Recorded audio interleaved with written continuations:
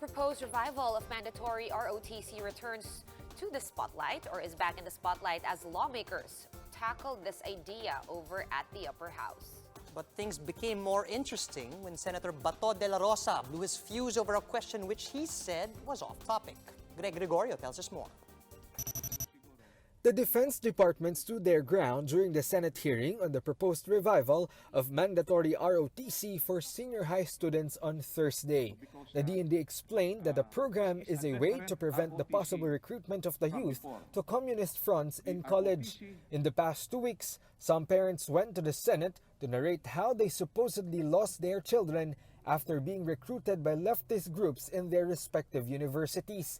Kung well-prepared na sila going to the college, medyo siguro, hopefully nga, hindi na sila vulnerable against itong mga recruitment na ito. The department clarified that the ROTC is not looking to enlist students to the military, since the UN Convention on Rights of the Child mandates that only adults aged 18 and above can be recruited to the service. However, ROTC graduates will only be registered to the database of the AFP.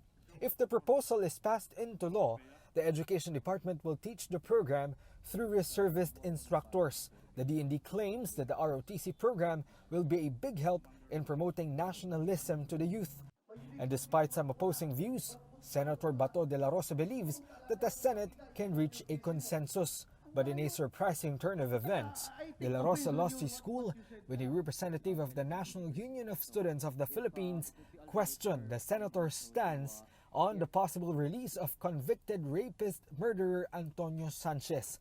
That's because, according to the neophyte senator, Sanchez should have a second chance. It looked like the question caught De La Rosa off guard. So, environmental protection, disaster response, health, education, lahat po ng yan ay pwede nating ma-achieve sa current na mga batas na meron tayo. And siguro, kung mahirapan tayo na i-uphold yung ganito, such as law enforcement and rights awareness, magkakatalo na lang kung amongst the ranks of our public officials ay hindi po nag-a-agree doon. Lalo na if we have a senator who will say na okay lang na makalaya at may second chance yung isang rapist na mayor, habang yung mga mahihirap ay madaling tokhangin na lamang. Ang layo naman ng sinasabi mo, Mr.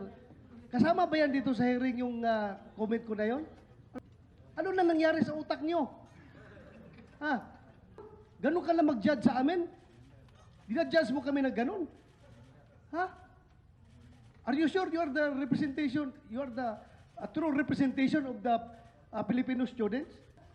Ang layo ng issue mo. Just to personalin ako. The NUSP representative apologized to the committee for asking the question. De La Rosa says he will not cite the student leader for contempt. Still, the senator insists that the incident exhibited how the youth has lost its sense of respect for elders and persons of authority, something that the revival of the mandatory ROTC can fix. Halatang inisulto ko nung bata na yun. Na wala man sa topic yun. Ano pakialam ng Mayor Sanchez doon sa ROTC? Likewise, Senator Richard Gordon supports the restoration of mandatory ROTC, but says the DND and DepEd should first clarify their reasons for doing so.